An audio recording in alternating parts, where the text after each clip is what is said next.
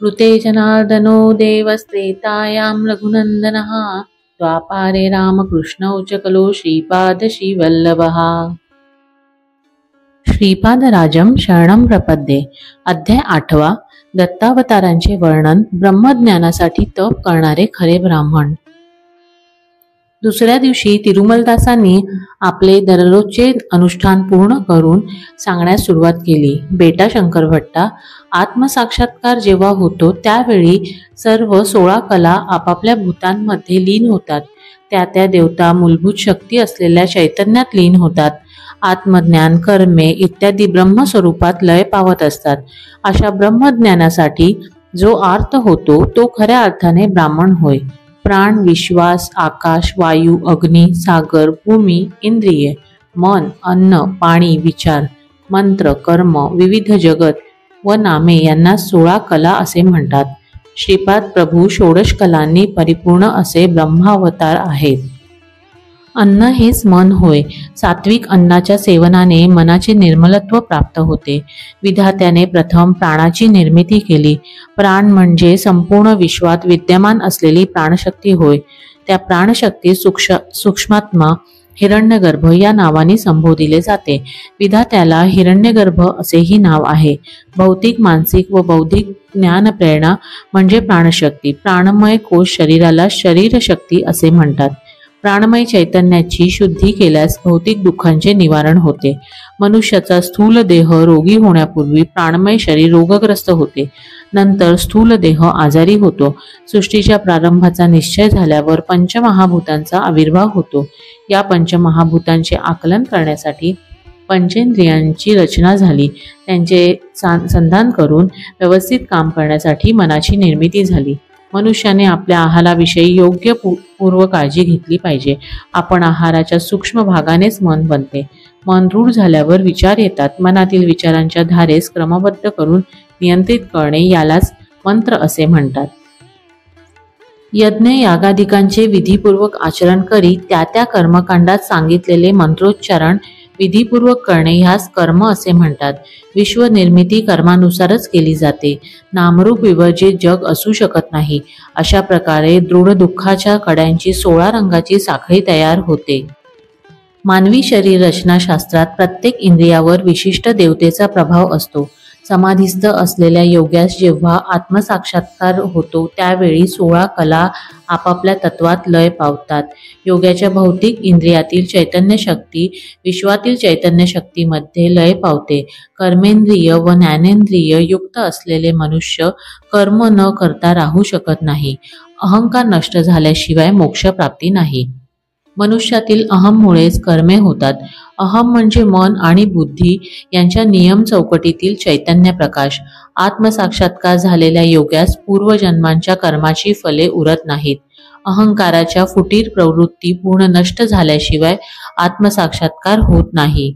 योग्यास जेव्हा आत्मसाक्षात्कार होतो तेव्हा विहित कर्म किंवा त्यांची फळे अहंकार केंद्र आणि त्याचे मायाजाल शाश्वत परमात्म्यात लीन होऊन योगी परमात्म्यात लीन होतो आणि व्यक्तित्व रहित होतो।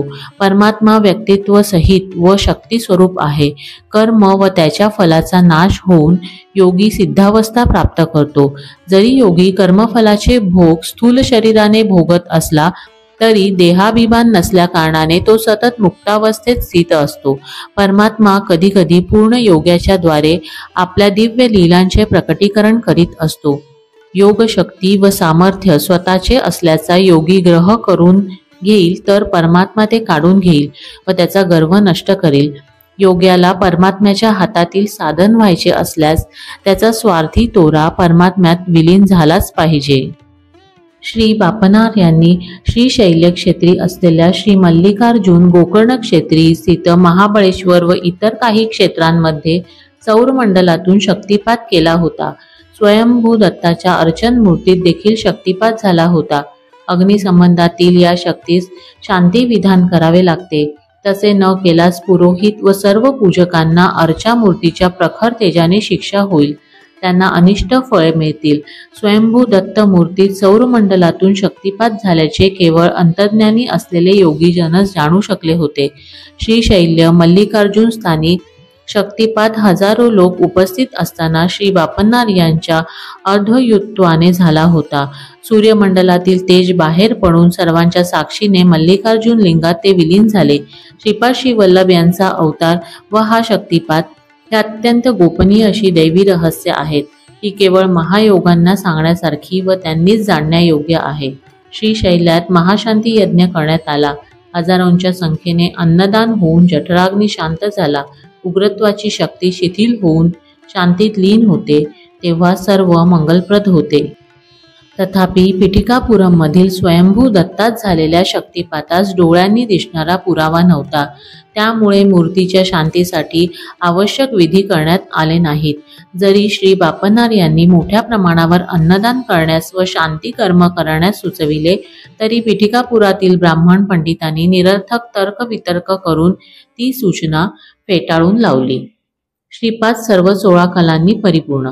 काळ आपल्या गतीने चालला होता. श्रीपादांनी वयाच्या दुसऱ्या वर्षात प्रवेश केला. अनेक बाललीलांच्या द्वारे श्रीपादांनी आपण षोडश कलांनी पूर्ण असल्याचे व या युगातील महाअवतार असल्याचे निदर्शनास आणले होते. वय 16 वर्षे झाल्यावर श्रीपाद प्रभूंनी पिठापूर सोडले. त्यानंतर 14 वर्षेपर्यंत कुरवपूर व आणखी काही क्षेत्रात त्यांनी संचार केला, परंतु त्यांचे वय 16 वर्षाचे कायम राहिले. श्री दत्तात्रेयांचे 16 अवतार व श्रीपादांचा संबंध. 16 या संख्येचे दुसरे एक वैशिष्ट्य आहे. श्री दत्तात्रेयांनी प्राचीन काळात 16 अवतार धारण केले होते. ते असे: योगीराज, अत्रिवर्धन, दिगंबरावधूत दत्तात्रेय, कालाग्निशमन, योगीजन वल्लभ, लीला विश्वंभर, सिद्धराज, ज्ञानसागर, विश्वंभरावधूत, माया मुक्तावधूत, आदिगुरु, संस्कारहीन शिवस्वरूप, देवदेव, दिगंबर, दत्तावधूत, श्याम कमललोचन. पहिला योगीराज. संतान प्राप्तीसाठी हिमालय पर्वतावर तपस्या करणाऱ्या अत्रि आणि अनसूया यांना बुधवार कार्तिक पौर्णिमेच्या दिवशी कृत्तिका नक्षत्रात सूर्योदयी योगीराजाच्या रूपामध्ये दर्शन झाले. या अवतारात स्वामी स्फटिकाप्रमाणे निर्मल होते. दुसरा अत्रिवर्धन. आपल्या समाधी अवस्थेमध्ये सलग 100 वर्षे अत्रि महर्षी या दिव्य योगीराजांचे दर्शन घेत होते. या महर्षींच्या तपाग्नीने तिन्ही लोकांमध्ये गोंधळ माजला. तो शांत करण्यासाठी कार्तिक कृष्ण प्रतिपदा गुरुवार प्रातःकाली गुरुच्या होऱ्यात रोहिणी नक्षत्रात षडभुज अशा दत्तात्रेयांनी अत्रि महर्षींना दर्शन देऊन वरदान दिले. यालाच वरदावतार म्हणतात. 3 दिगंबरावधूत. अत्रि वरदावतार प्रभूंकडे अत्रि महर्षींनी संतान प्राप्तीसाठी विनंती केली. स्वामींनी उत्तर दिले, माझ्यासारख्या अन्य कोणीही नाही. मी स्वतःलाच आपणास दान देत आहे. नंतर त्यांनी दिगंबर अवतारात छोट्या बालकाच्या रूपात दर्शन दिले. त्या दिवशी शुक्रवार मृगशीर्ष नक्षत्र, सूर्योदयकाल कार्तिक कृष्ण द्वितीया होती. यास दिगंबरावधूत दत्तावतार म्हणतात. चौथा कालाग्निशमन. या दिगंबरावधूत दत्तावतार अत्रि आणि अनसूया या दोघांनी पाहिला. मार्गशीर्ष पौर्णिमा बुधवार दिनी महर्षींच्या डोळ्यातून प्रलय कालाग्नीसारखे अतिशय उग्र तेजोपुंज बाहेर पडले. त्या तेजोपुंजाने अनसूया मातेच्या गर्भात प्रवेश केला. त्यानंतर त्याचे उग्रत्व नष्ट झाले. त्या परमज्योतीने पुत्र धारण केले. याला कालाग्निशमन दत्त अवतार म्हणतात. प्रिय शंकर भट्टा. या कालाग्निशमन दत्तमूर्तीची आराधना अप्पलराज शर्मा यांच्या घरात पिढ्यानपिढ्या होत होती. 5. योगीजन वल्लभ. पुढे कालाग्निशमनाने मार्गशीर्ष पौर्णिमा गुरुवार मृग नक्षत्रावर सायंकाळी लीला बालक रूपात जन्म घेतला. यालाच योगीजन वल्लभावतार म्हणतात. श्री दत्त हे श्रीपाद श्रीवल्लभ रूपामध्ये श्री पिठिकापूरमध्ये महापुण्य रूपिणी सुमती मातेचे पुत्र म्हणून जन्मले. त्यांनी गणेश चतुर्थीच्या शुभ दिनी सूर्योदय समयी चित्रा नक्षत्रावर तूळ राशी सिंह लग्नावर जन्म घेतला. कलियुगातील हा त्यांचा सर्वप्रथम अवतार होता. 6. लीला विश्वंभर. योगीजन वल्लभ रूपातील स्वामींकडे अनेक मुनिवरांनी मार्गदर्शनाची इच्छा व्यक्त केली. त्यांची परीक्षा घेण्यासाठी स्वामींनी एका मायारूपी कन्येची निर्मिती केली. तिच्याबरोबर वार्तालाप करीत ते एका नदीत अंतर्धान पावले. हा लीला विश्वंभर अवतार होता. ही लीला पौष शुद्ध पौर्णिमेच्या दिवशी बुधवारी प्रातःकाली घडली होती. ती माया कन्यका दुसरी तिसरी कोणी नसून त्यांची अर्धांगिनी अनघामाताच होती. ही दिव्य भक्त स्वरूपिणी श्रीपादजींच्या डाव्या भागी विराजमान आहे, उजव्या भागी दत्तात्रेय आहेत. अशा प्रकारे श्रीपाद श्रीवल्लभ हे अर्धनारीश्वर रूप आहेत. हे दैवी रहस्य आहे. 7. सिद्धराज. आपले प्रभू काही काळ बद्रिकाश्रमात राहिले होते. तेथील सिद्ध पुरुष स्वामींची परीक्षा घेऊ इच्छित होते. तेव्हा स्वामींनी त्यांच्या सर्व शक्तींचे हरण केले. जेव्हा ते शरणागत होऊन आले तेव्हा त्यांच्यावर आत्मसिद्धीचा अनुग्रह केला. ही घटना माघ शुद्ध पौर्णिमेच्या दिवशी गुरुवारी मघा नक्षत्रावर दुपारी घडले. या अवताराचे नाव आहे सिद्धराजावतार. श्रीपादजींचा गणेश चतुर्थीला अवतार होण्यापूर्वी बरोबर 2498 वर्षे आधी एक अजब घटना घडली. वेगवेगळ्या उच्च स्थितीत पोहोचलेल्या महायोग्यांनी बद्रिकाश्रमात दत्तप्रभूंच्या दर्शन प्राप्तीसाठी कठोर तपश्चर्या केली. प्रभूंनी त्यांना एका 25 वर्षाच्या युवकाच्या रूपात दर्शन दिले. त्यांना क्रियायोग शिकवला, जो पूर्व युगात प्रचलित व अत्यंत प्राचीन होता. त्याच्यामुळे जीवांची ब्रह्मरूप होण्याची गती वेगाने वाढते. सामान्य उपासना पद्धतीत मानसिक चैतन्य लाखो वर्षापर्यंत सुद्धा पूर्णत्व प्राप्त करू शकत नाही, पण क्रियायोगामुळे काही वर्षातच पूर्णत्वाची सिद्धी होते. उच्चस्तरीय चैतन्य महाशक्तीला भू, जल, वायू, अग्नी आणि आकाश चैतन्यामध्ये आकर्षित करून त्या महाशक्तीच्या संकल्पानुसार निम्नस्तरीय चैतन्य मूल तत्वामध्ये बदल घडविण्याच्या क्रियेलाच क्रियायोग म्हणतात. ही अतिशय गोपनीय अशी श्री दत्तात्रेयांची योगक्रिया आहे. त्यामुळे शरीराच्या आतील कण प्राणवायूने व्याप्त होतात. शरीराच्या आतील कृष्णांगारक अर्थात कोळशासारखे रूप कमी होते. मृत्यूवर विजय मिळवून मृत्युंजय होण्याचा हा राजमार्ग आहे. या परमगुरु स्वरूपाला ज्यांनी क्रियायोगाचे शिक्षण दिले त्यांना श्री बाबाजी म्हणतात. श्री बाबाजींनीच आदिशंकराला चांडाळ रूपात दर्शन देऊन ज्ञानबोध केला होता. अजूनही ते सशरीर आहेत. जेव्हा श्री दत्तात्रेयांनी योग्यांना श्री बाबाजी रूपामध्ये दर्शन दिले तेव्हा त्यांना भूमंडलावर अवतरित होण्याची इच्छा व्यक्त करण्यास ते योगी विसरले. महायोग्यांनी आपल्या चुकीमुळे चिंतित होऊन ती चूक सुधारण्यासाठी नेपाळ व भूतान देशाच्या मध्यभागी असलेल्या कैवल्य शृंग ठिकाणी घोर तपस्या केली.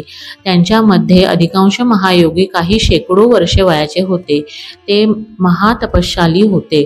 त्यांची प्रार्थना ऐकून प्रभूंनी दर्शन दिले. त्यांच्या प्रार्थनेचे फलस्वरूप आकाशामध्ये एक महातेजोपुंज दुर्गोच्चर झाला. त्याची कांती कोटी सूर्याच्या कांतीप्रमाणे होती. त्या महातेजाने एका वृद्धाचे रूप धारण केले. ते त्या प्रभूंना श्री विश्वेश्वर महाप्रभू म्हणत होते. योग्यांनी प्रार्थना केली की त्यांना नेहमी प्रभूंचे दर्शन व्हावे. श्री प्रभूंनी 12 वर्षांनी एकदा दर्शन देण्याचे कबूल केले. योग्यांनी सांगितले की 12 वर्षे म्हणजे हे अंतर खूपच आहे. प्रभूंनी 6 वर्षांनी एकदा म्हटले तरीही योगी म्हणाले की हा अवधी सुद्धा जास्तच आहे. कृपाहृदयी प्रभूंनी अजून अवधी कमी करून 6 महिन्यातून एकदा दर्शन देण्याचे कबूल केले. तेव्हा मुनींनी पृथ्वीवर अवतारित होण्याची विनंती केली. श्री विश्वेश्वर प्रभूंनी 2498 वर्षांनी पिठिकापूर येथे श्रीपाद रूपात अवतार घेण्याचे वचन दिले. त्यांनी असेही सांगितले की त्यांचे 12 वेळा अंशावतार होतील. 12वा अवतार श्री लामलाल महाप्रभू नावाचा होईल. ते वासुदेवानंद सरस्वती नामक यतीला निर्विकल्प समाधी स्थिती प्रदान करतील. वासुदेवानंद नंतर पिठिकापुरम मधील श्री बापन्नार यांचे घर, ज्यात श्रीपादांचा जन्म झाला होता, ओळखून काढतील. पण त्या ठिकाणी पादुका स्थापन करू शकणार नाहीत, कारण पादुका स्थापनेचा योग अन्य कुणाला तरी देण्यात येईल. बेटा, तू फक्त एवढेच ध्यानात ठेव की कोणाचे काम होणे अथवा न होणे किंवा दुसऱ्या पद्धतीने होणे याच्या पाठी श्रीपादांचा संकल्पच कारणीभूत असतो. मी माझी शंका व्यक्त केली. महोदय तिरुमलदासा, पादुकांची प्रतिष्ठापना यासारख्या छोट्या कामासाठी शेकडो वर्षाची वाट पाहणे गरजेचे आहे. तिरुमलदास म्हणाले, बेटा, ही श्रीपादजींची लीला आहे. त्यांच्या संकल्पाशिवाय छोटे पान सुद्धा हलू शकत नाही. बद्री अरण्यात द्रोणागिरी पर्वत आहे. त्याला संजीवनी पर्वतही म्हणतात. तिथे ते 25 वर्षांचे युवक वाटतात. त्यांना बाबाजी म्हणतात. ते नेपाळ व भूतान यांच्या मध्यभागी असलेल्या कैवल्य शृंग येथे श्री विश्वेश्वर महाप्रभू नावाने वृद्ध रूपामध्ये दर्शन देतात. आता कुरवपूर येथे 16 वर्षाच्या बालक यतीच्या रूपामध्ये दर्शन देतात. एकाच वेळी ते या 3 रूपांमध्ये आहेत. आद्य पराशक्ती श्री कन्यका परमेश्वरी बाबाजींच्या बहिणीच्या रूपामध्ये दशाश्वमेध घाटाच्या गुहेत आहे. वत्सा श्रीपादांच्या लीला अचिंत्य आणि अतर्क्य आहेत. पूर्वी कधी न पाहिलेल्या न ऐकलेल्या मार्कंडेय महर्षींच्या मार्गदर्शनाखाली वैश्य मुनींनी काशीमध्ये महायज्ञ केला होता.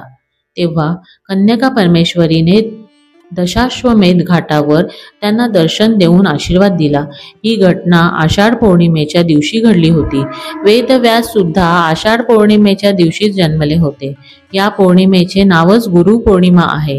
गुरूंचे गुरु आदिगुरु श्री दत्तात्रेयच आहेत. 8. ज्ञानसागर. वत्सा सिद्धराज अवतारानंतर दत्तांनी संपूर्ण ज्ञान योगात प्रवेश केला.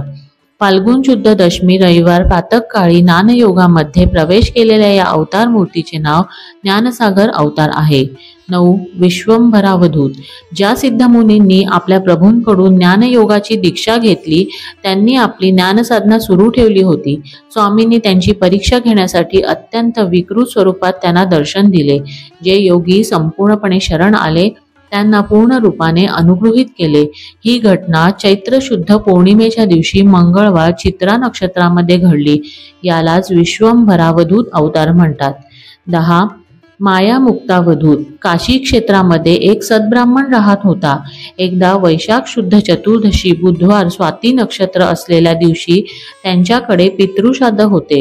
पवित्र अशा श्राद्धाच्या दिवशी एका कौपिनधारी याचकाने आपल्या कुत्र्यांसोबत घरात घुसून घर अपवित्र केले. ब्राह्मण रागाने लालबुंद झाला, पण त्या याचकाने आपल्या कुत्र्यांकडून वेदमंत्र म्हणविले.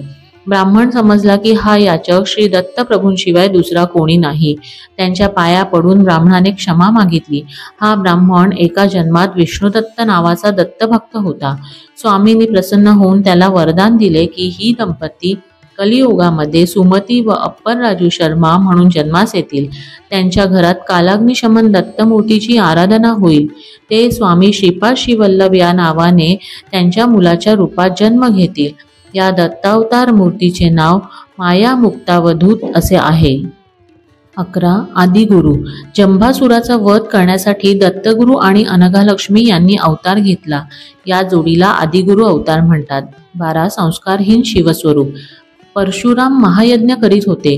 श्रावण शुद्ध अष्टमी सोमवार या दिवशी स्वामींनी कृष्णामलक वृक्षाखाली बसून पिंगलनाग नावाच्या मुनींना आपल्या यथार्थ शिवतत्वाविषयी सांगितले. याला शिवस्वरूप संस्कारहीन अवतार म्हणतात. 13. देवदेव. ब्रह्मदेव एकदा वेद विसरले. भाद्रपद चतुर्दशी गुरुवार शततारका नक्षत्राच्या दिवशी ते दत्त स्वामींना शरण गेले. स्वामींनी त्यांना वेद प्रदान केले. या अवतार मूर्तीचे नाव देवदेवावतार आहे. 14. दिगंबर. यदुराजाला स्वामींनी अवधूत रूपात दर्शन देऊन आपल्या 24 गुरूंविषयी सांगितले व कृपा केली.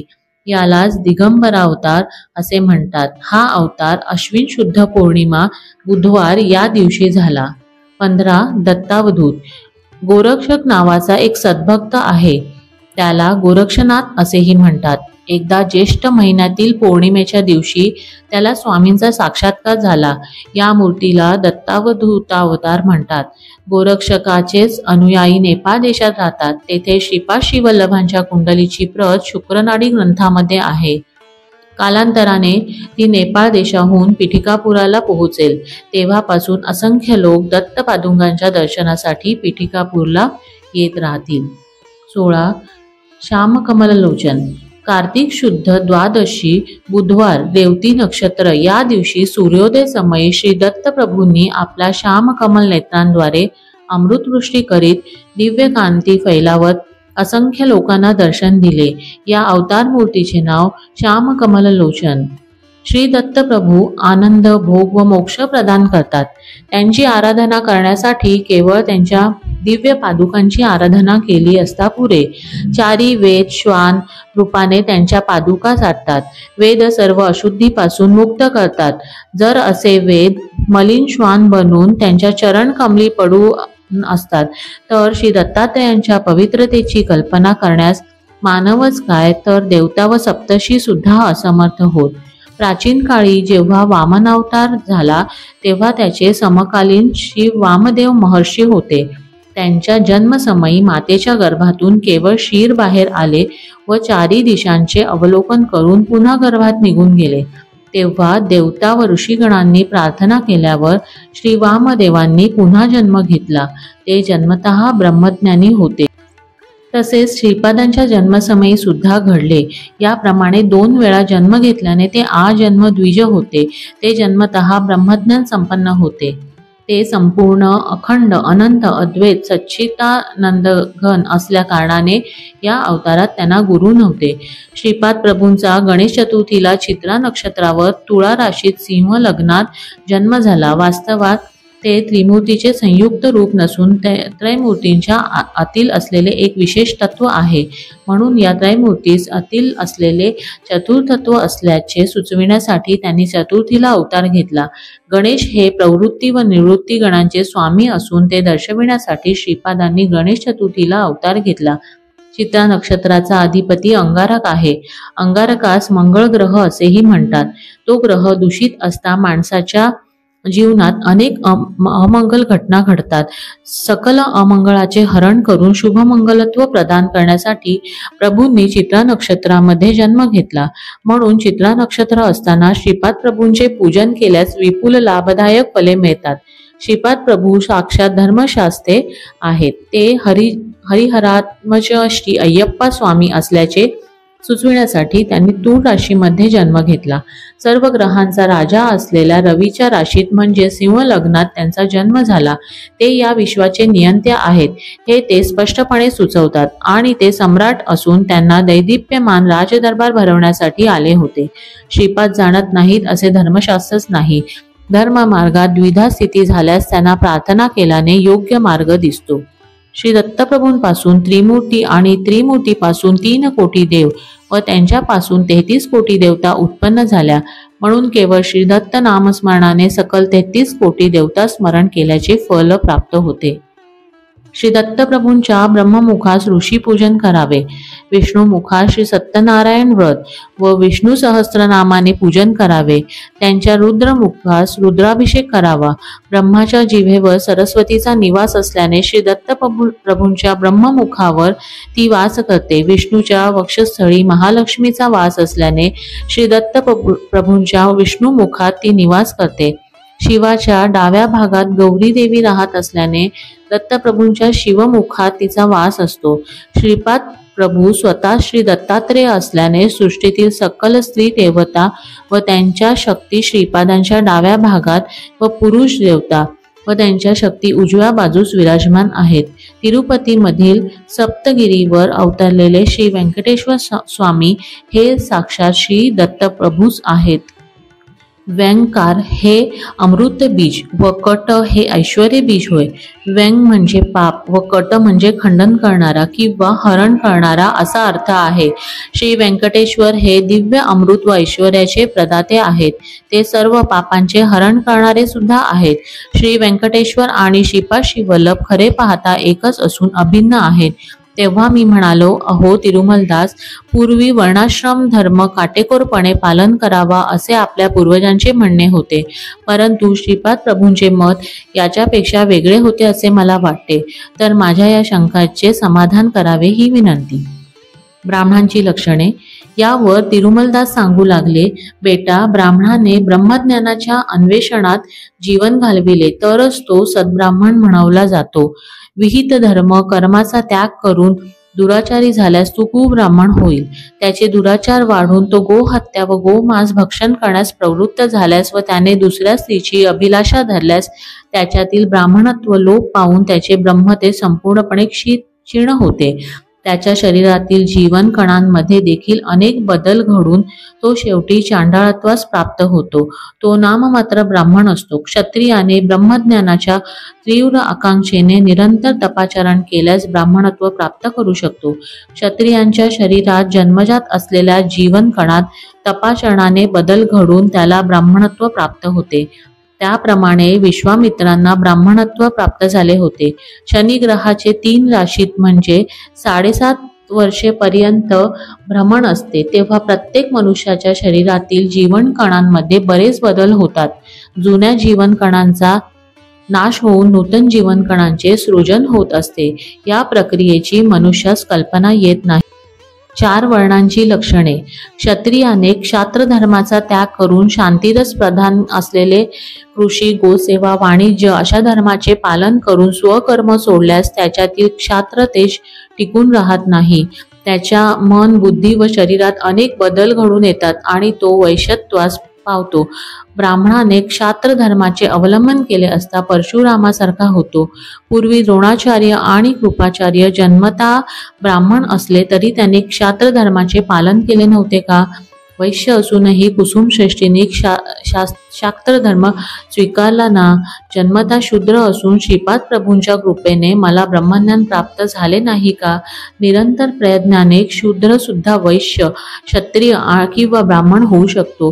केवळ एका विशिष्ट वर्णात जन्म झाला म्हणजे यमधर्मराजा शिक्षा देतो किंवा देत नाही असे नसून आपापल्या चांगल्या वाईट कर्माच्यावर फळ अवलंबून आहे. जन्मतः शूद्र असलेल्या मला पुढचा जन्म ब्राह्मणाचा मिळू शकेल, तसेच जन्मतः ब्राह्मण असल्यास पुढचा जन्म शूद्राचा मिळू शकतो. काही सामाजिक नियमनासाठी वर्णव्यवस्था रचण्यात आली. परमात्म्याचे मुख्य ब्राह्मणत्व, बाहू क्षत्रियत्व, मांड्या वैश्यत्व व पाय शूद्रत्वाचे सूचक आहेत असे एकदा श्रीपादांनी सांगितले. हे शंकर भट्टा, तू आमच्या घरी आतिथ्याचा स्वीकार करीत आहेस. आमच्या घरचे भोजन हे ब्राह्मणाच्या घरचेच भोजन होय. कर्मरहस्य.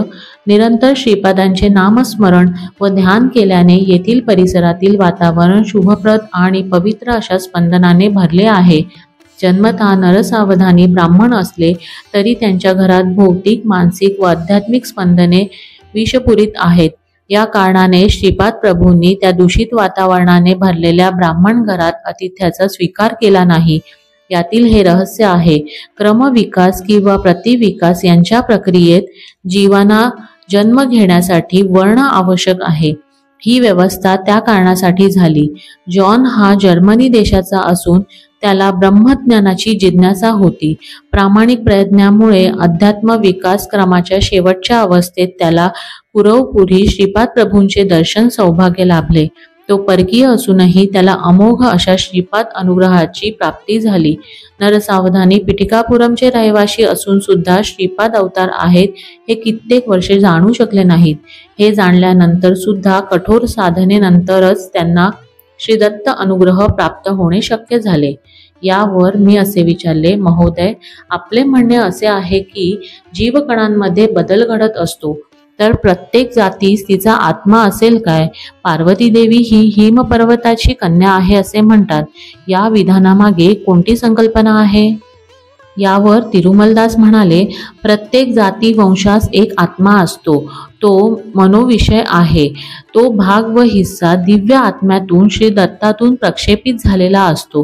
ती महाशक्ती असून तिचा प्रत्यक्ष संबंध परमात्म्याशी असतो. जात या शब्दाचा अर्थ त्यात जन्मलेल्या व्यक्तीचा समूह असा तू चुकीचा ग्रह करून घेतला आहेस.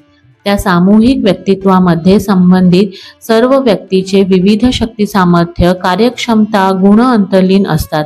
ज्याप्रमाणे जिवंत व्यक्तीमध्ये जीवकणांचे अस्तित्व असते, त्याप्रमाणेच प्रत्येक गावास, प्रत्येक नगरास, प्रत्येक राष्ट्रास त्यांचे स्वतःचे आत्मे असतात. आपण राहतो त्या भूमीत सुद्धा आत्मा आहे. त्या आत्म्यास आपण भूमाता असे म्हणतो. याचा अर्थ असा की भूमीच्या अधिष्ठान देवतेला आपण भूमाता म्हणतो. तिचा आत्मा म्हणजे परमात्म्यातून निघालेली मानसिक महाशक्ती. तसेच हिमपर्वताच्या ठाई अधिष्ठित असलेल्या देवता शक्तीस हिमवंत असे संबोधित केले जाते. त्या हिमवंताची पुत्री हैमवती होय.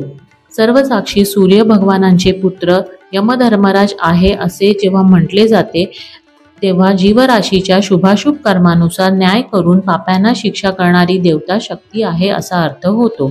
जगातील सारे सजीव प्राणी मात्र आपापले कार्य करण्यासाठी सूर्य भगवंतामुळेच आवश्यक ऊर्जा प्राप्त करतात. आकाशात विराजमान असलेले सूर्यबिंब वेगळे व त्याच्यात अधिष्ठित असलेले देवता स्वरूप देवात्मा वेगळे. श्रीपाद शिवल्लभ 30 वर्षाचे झाल्यावर गुप्त होतील असे मी तुम्हाला सांगितले. ते कोट्यानुकोटी ब्रह्मांडातील प्रत्येक परमाणूत विलीन होतील. ते सर्वव्यापी आहेत ना, मग ते विलीन होणे काय आहे असे तू विचारशील. ते सर्वव्यापी असले तरी त्यांच्या शक्ती व प्रभावांपासून काही अंतरावर कोट्यावधी ब्रह्मांडे आहेत. त्यांच्यातील उत्क्रांतीच्या प्रक्रियांना गती देण्याच्या उद्देशाने ते त्यांना आपली शक्ती व प्रभावाच्या अधिक जवळ आकर्षित करतात. संपूर्ण सृष्टी विकासक्रमात एखादी विपत्कारी स्थिती उत्पन्न झाली असता श्री दत्तात्रेय अशा पद्धतीने अवतार घेतात. चुंबक लोहाचे आकर्षण करते, परंतु लोहात अशुद्धी असल्यास चुंबकाची आकर्षण करण्याची शक्ती अत्यंत क्षीण होते. अशा सर्व मलिनत्वांना नाहीसे करून सृष्टीतील प्रत्येक अणूचे आपल्याकडे आकर्षण करून विश्व विकास क्रमाला नूतन दिशा देण्याचा संकल्प जेव्हा होतो त्यावेळेस मात्र अशा प्रकारचे अवतार होतात. पंचकन्यांबाबत स्पष्टीकरण. मी विचारले, अहल्या द्रौपदी सीता तारा मंदोदरीस्तथा पंचकन्या पठेन नित्यम महापातक नाशनम असे म्हणतात. हा विषय मला सुलभ रीतीने समजत नाही, म्हणून ह्याचे स्पष्टीकरण द्यावे. तिरुमलदास यावर म्हणाले, देवेंद्रास अहल्येचा मोह होता. तिचा उपभोग घेण्यासाठी त्याने मायावी दृश्याची युक्ती केली. कुकुटरूप धारण करून त्याने बांग दिली. पहाट झाली असे समजून गौतम ऋषी अनुष्ठानास बाहेर गेले. महापतिव्रता असल्या कारणाने इंद्र अहल्येस स्पर्श करू शकत नव्हता. देवेंद्राकडे दिव्य शक्ती होत्या. अहल्येच्या मोहाने इंद्राच्या दृढ संकल्पनातून अहल्या सदृश स्त्री स्वरूप निर्माण झाले. देवेंद्राच्या दृढ मनशक्तीने मायावी अहल्येच्या शरीरातील जीवकण निर्माण झाले होते. माया अहल्या व इंद्र समागमी असता गौतमाने पाहिले व क्रोधित होऊन त्या दोघांस शाप दिला. तेव्हा अहल्या उद्गाली, हे मूढमुनीवर, आपण हे काय केले? अध्यात्मात अहल्या गौतमापेक्षा उच्च स्तरावर होती. अहल्येला शाप दिल्यापासून गौतम ऋषी 12 वर्षापर्यंत भ्रमिष्ट होऊन तदनंतर त्यांनी शिवार्चना करून पुन्हा पूर्वस्थिती प्राप्त केली. अहल्येची मनशक्ती जड झाल्याने तिचे शरीर पण जडत्व पाहून शिळेत रूपांतर झाले. श्रीरामाच्या चरणांची धूळ अहल्येवर पडली तेव्हा अहल्येचे शाप विमोचन झाले. म्हणून अहल्या परमपवित्र आहे असे जाण. शापग्रस्त झालेला इंद्र पंचपांडव म्हणून जन्मास आला. 5 रूपे 5 मने असली तरी त्यास आधारभूत असलेला आत्मा एकच, हा एक विचित्र असा विषय आहे. शचीदेवीचा आविर्भाव यज्ञकुंडात द्रौपदीच्या रूपाने झाला. तिचा जन्म सर्वसाधारण जन्म नाही. खऱ्या सीतेस अग्निदेवाने आपल्या आत लपविले व मायेच्या सीतेस रावणाने लंकेस नेले. सीतेने अग्निप्रवेश केल्यावर 2 सीता बाहेर आल्या, म्हणून सीतादेवी महापतिव्रता आहे असे जाण. 12 राशींमध्ये 27 नक्षत्रे आहेत. 27 नक्षत्रांची ती अधिष्ठात्री देवता आहे. तिचा जन्म तारादेवी म्हणून झाला. ती पूर्ण यौवनात असताना गुरुग्रहाचे अधिष्ठाता देव असलेले बृहस्पती तिच्यावर मोहित झाले व तिच्याशी विवाह केला. वृद्ध पती तरुण युवतीस तृप्त करू शकत नाही, हे धर्माचे विडंबन आहे. विवाहासमयीच्या शपथेचे उल्लंघन झाल्यास क्षम्य नाही. तारादेवीच्या मनात बृहस्पतीला पाहून त्यांच्याविषयी कधीच पती असल्याचे भाव उत्पन्न झाले नाहीत. तारादेवीच्या मनात पतीचे भाव उत्पन्न करण्याची जबाबदारी बृहस्पतींची होती. तसे न करता सकल धर्माचे ज्ञाते असलेल्या बृहस्पतीने धर्माविरुद्ध आचरण केले. तारादेवीच्या शरीरातील जीवाणूंमध्ये तिच्या मनप्रवृत्तीप्रमाणे बरेच बदल घडले. तिच्या मनात चंद्राचे रूप स्थिर झाले व तिचे हृदय चंद्राधीन झाले. याप्रमाणे बदल घडलेली तारादेवी व पूर्वी बृहस्पतींशी विवाह केलेली तारादेवी भिन्न होत. म्हणून ताराचंद्र यांचे मिलन हे धर्मविरुद्ध नाही. सृष्टी नियमाप्रमाणे चंद्राने सर्व 27 नक्षत्रातून भ्रमण केले पाहिजे, ते त्याचे कर्तव्य आहे. हे गुरुग्रहाचे कर्तव्य नाही. जर गुरुग्रहाने असे केल्यास धर्म उल्लंघन होईल. कुठलेही धर्मविरुद्ध कार्य नष्ट होणारच. म्हणून 27 नक्षत्रांची अधिष्ठात्री देवता तारादेवी चंद्रमंडलाचे अधिष्ठाता देवता असलेल्या चंद्रास पावणे हाच धर्म होय. बाबा रे, या धर्म सूक्ष्मास अनुसरून तारादेवी महापतिव्रता होय. भीष्माचार्य शरशय्येवर असता युधिष्ठिरास हितोपदेश केला. भीष्म म्हणाले, कुकर्म घडत असता शक्य असल्यास ते थांबविले पाहिजे, अन्यथा अनुचित गोष्टी घडत असलेल्या त्या स्थळाचा त्याग केला पाहिजे. हे ऐकून द्रौपदी मोठ्याने हसली.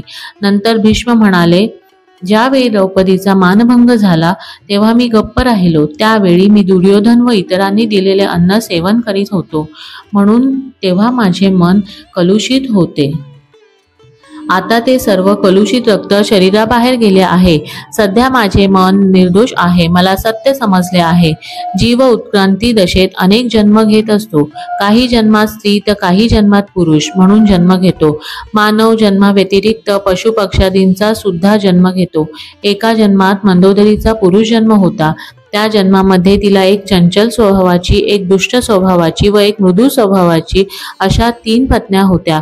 इह जन्मी चंचल स्वभावाची पत्नी वानर होऊन वाली झाला. दुष्ट स्वभावाची पत्नी राक्षस होऊन रावण झाला व मृदू स्वभावाच्या पत्नीचा विभीषण म्हणून जन्म झाला. कल्पांतरी हे तिघे मंदोदरीचे पुरुष जन्म असता तिच्या पत्न्या होत्या. तर ती या जन्मी वाली ह्याची पत्नी झाली व त्यापासून अंगदाचा जन्म झाला. तदनंतर रावणाची भार्या झाली. रावणाच्या मृत्यूनंतर मृदू स्वभाव असलेल्या विभीषणाची पट्टराणी झाली. वालीची पत्नी असताना, रावणाची पत्नी असताना व विभीषणाची पत्नी असताना तिच्यातले जीवाणू भिन्न व विविध होते, म्हणून मंदोदरी सुद्धा महापतिव्रता होय. तेव्हा मी म्हणालो, स्वामी, स्त्रीस एकच पती किंवा पुरुष एक पत्नीव्रत असला पाहिजे असे म्हणतात, तर बहुपत्नीत्व किंवा बहुपतित्व निंदनीय नाही का? कर्मचक्र परिणाम. तेव्हा तिरुमलदास म्हणाले, तुझे म्हणणे खरे आहे. एखाद्या पुरुषाने विनाकारण पत्नीस त्रास दिला तर सप्तजन्मपर्यंत बालविधवा स्त्री होतो. एखादा पुरुष 4-5 स्त्रियांशी विवाह केल्याने पुढील जन्मी हा पुरुष स्त्री जन्म घेतो व त्या 4-5 स्त्रिया त्यांची कामवासना व उर्मी नष्ट न झाल्यास पुरुष जन्म घेऊन त्या स्त्रीचा उपभोग घेतात. एका जन्मी असे झाल्यास व्यभिचार दोष घडतो. त्याऐवजी जर विविध जन्म घेऊन त्या पुरुषांनी प्रत्येक जन्मी तिच्याशी विवाह केल्याने पाप घडत नाही. हा कालचक्राचा प्रभाव आहे. असल्या कित्येक आश्चर्यकारक घटना या महाचक्रात घडत असतात. स्त्री जन्म घेतल्यास त्या जन्मसंबंधित धर्माचे आचरण केले पाहिजे. पुरुष जन्म घेतल्यास त्या जन्मासंबंधित धर्माचे आचरण केले पाहिजे. पती पत्नींना विलग करणारी व्यक्ती पुढील जन्मी स्त्री अथवा पुरुष न होता नपुंसक म्हणून जन्म घेते. संसार सुखास वंचित होऊन अत्यंत दुःखी होते. मानसिक क्लेश सहन करते. मांसाहार निषिद्ध आहे. समजा एखादी व्यक्ती एका शेळीचा वध करून इतर 10 जणांबरोबर मांसाहार करते. त्या शेळीस प्राणोत्क्रमण समयी अत्यंत पीडा होते. तिची पीडित स्पंदने वायुमंडलात गुप्तपणे असतात. बाबा रे, वायुमंडलात पीडामय व आनंदमय स्पंदने असतात. सत्कर्मामुळे आनंदमय स्पंदने व दुष्कर्मांमुळे पीडामय स्पंदने उत्पन्न होतात. मृत शेळी मारून खाल्लेल्या त्या 10 मानवांचा सूड घ्यावा अशा इच्छेने तिचा प्राणत्याग झाल्याच्या कारणाने मानव जन्म घेते व मांसभक्षण केलेल्या मानवांना शेळीचा जन्म होतो. अशा प्रकारे कर्माचे परिणाम पाठोपाठ येतात. प्रत्येक कृतीस तदनुषंगी प्रतिक्रिया असतेच. म्हणून मानवांनी क्षमागुणाचे अवलंबन केले पाहिजे. सात्विक व्यक्ती शेळीस पाहिल्यावरही तिचे मांस भक्षण करू इच्छित नाही. शेळीस मारून खाल्लेला मनुष्य पुढील जन्मी शेळी होईल व शेळी मनुष्य होईल. त्याने आता त्या शेळीला न मारता क्षमा करून प्राणदान दिल्यास कर्मचक्र थांबते. पिठिकापुरमच्या रहिवाशांचे सामूहिक पुण्य व पाप एकाच वेळेस फलित झाल्याने ते श्रीपाद श्रीवल्लभांच्या जन्मास कारणीभूत झाले. पुण्यवान लोकांनी श्रीपादास श्री दत्त प्रभू असल्याचे जाणले व ते पुण्यफल प्राप्त करते झाले. तर पापीजनांनी श्रीपाद श्री दत्त असल्याचे नाकारल्याने त्यांना वाईट फळे भोगावी लागली. श्री दत्तांची आराधना करीत असूनही श्रीपादांची निंदा करणारे रौरवदी नरकात पडतात. विषय न समजल्यास मौन धारण करणे उचित होय, पण त्या दिव्य भव्य अशा मंगल स्वरूपावर निंदापवाद लादणे योग्य नव्हे. त्यांच्या मुखास कापुरारती करीत पायांवर खेळ ठोकणारे व दत्तावताराची निंदा करणारे यांना लैंगिक रोग होतात. एवढेच नव्हे, श्री दत्तात्रयांनी आपल्या कृपालीलांमध्ये एका विचित्र अशा योगशक्तीचा समावेश केला. पुण्यवान जनांचे केवळ श्री दत्त नामस्मरणाने विनासायास व न मागता सर्व मनोरथ पूर्ण होतात. पापी जनांनी श्रीपादांची निंदा केल्याने त्यांच्यावर नाना प्रकारची विघ्ने व अनिष्टे चमत्कारीपणे येतात. श्रीपादांचे अग्निस्वरूप आहे. ते अग्निवस्त्र धारण करतात. त्यांचे पवित्र योगाग्नीचे शरीर आहे. त्यांच्या पादुकांचा महिमा वर्णन करण्यास युगेही कमी पडतील. वेद व उपनिषदे सुद्धा त्यांच्या पादुकांचे पूर्ण महात्म्य वर्णन करण्यास असमर्थ आहेत. किती युगे झाली, किती कल्प लोटले, किती वेळा सृष्टी स्थिती लय चक्रे झाली, पण श्री दत्त हे श्री दत्तच. ते अद्वितीय असून तेच साक्षात श्रीपाद श्रीवल्लभ आहेत. सृष्टीतील प्रत्येक अणू या परम सत्याचा साक्षीदार आहे. स्वयंभू दत्ताची पुनःप्रतिष्ठा. श्री पीठिकापुरास एका विचित्र अवधूत आले. ते उन्मत्त अवस्थेत असलेले सिद्ध पुरुष होते. कोणास आशीर्वाद द्यायचे असेल तर शिवीगाळ करीत, कोणाची स्तुती केली तर त्या व्यक्तीचे पुण्य क्षीण होत असे ते आगळे वेगळे तपस्वी होते. पीठिकापूरवासियांनी त्या सिद्धास स्वयंभू दत्त कोठे आहेत असे विचारले. तेव्हा ते सिद्ध पुरुष म्हणाले की श्री दत्त सकल पुण्यक्षेत्रात स्नान करून सध्या एला नदीत विश्रांती घेत आहेत. मग एला नदीत शोध घेतल्यानंतर स्वयंभू दत्त मूर्ती बाहेर आली. एका शुभ मुहूर्तावर त्या मूर्तीची पुनःप्रतिष्ठा सर्व मंगलप्रद अशा सुमती महाराणी व ब्रह्मतेज असलेले श्री अप्पलराज शर्मा यांनी केली. त्या महोत्सवाचे अर्ध्वयू श्री बापनार्य होते. विद्यारण्याचे प्राकट्य.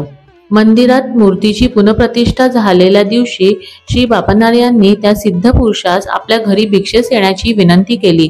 आजोबांच्या घरी त्या सिद्धास श्रीपादांचे दर्शन झाले.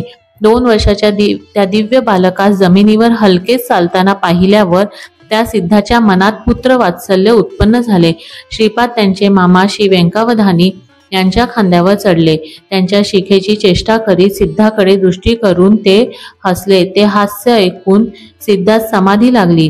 समाधीतून उत्थान झाल्यावर श्रीपाद म्हणाले, माधवा, तुझ्या इच्छेप्रमाणे हिंदू साम्राज्याची स्थापना माझे वय 16 वर्षाचे झाले असता बुक्कराय करतील. तू हरिहर व बुक्कराय यांचे रक्षण कर. विद्यारण्य महर्षी या नावाने तुझी ख्याती होईल. तुझा बंधू सायणाचार्यांच्या घराण्यात तू येणाऱ्या शताब्दीत गोविंद दीक्षिताचा जन्म घेणार आहेस. तो गोविंद दीक्षित दुसरा कोणी नसून तूच असशील. तू राजर्षी होऊन तंजावूर संस्थानात महामंत्री होशील. तेव्हा सिद्धाच्या डोळ्यातून आनंदाश्रू ओघळू लागले. त्याने श्रीपादांना आलिंगन दिले. इतक्या श्रीपादांनी लीलेने त्या सिद्धाच्या चरणांना वंदन केले. सिद्ध उद्गारले, हे का आश्चर्य. तेव्हा श्रीपाद म्हणाले, तू विद्यारण्य या नावाने प्रसिद्ध होऊन शृंगेरी पीठाधिपती होशील. तेव्हा तुझ्या शिष्य परंपरेत 3रा शिष्य कृष्ण सरस्वती म्हणून तूच जन्म घेशील. तुझ्या मनात माझ्याविषयी पुत्रभाव उत्पन्न होईल. म्हणून माझ्या पुढील नृसिंह सरस्वती या नावाने होणाऱ्या अवतारात काशी क्षेत्री माझे गुरु कृष्ण सरस्वती होऊन तू मला दीक्षा देशील. यास काशी विश्वेश्वर व अन्नपूर्णा माता यांची साक्ष असेल. तुला संन्यास धर्माचे पुनरुज्जीवन करावे लागेल.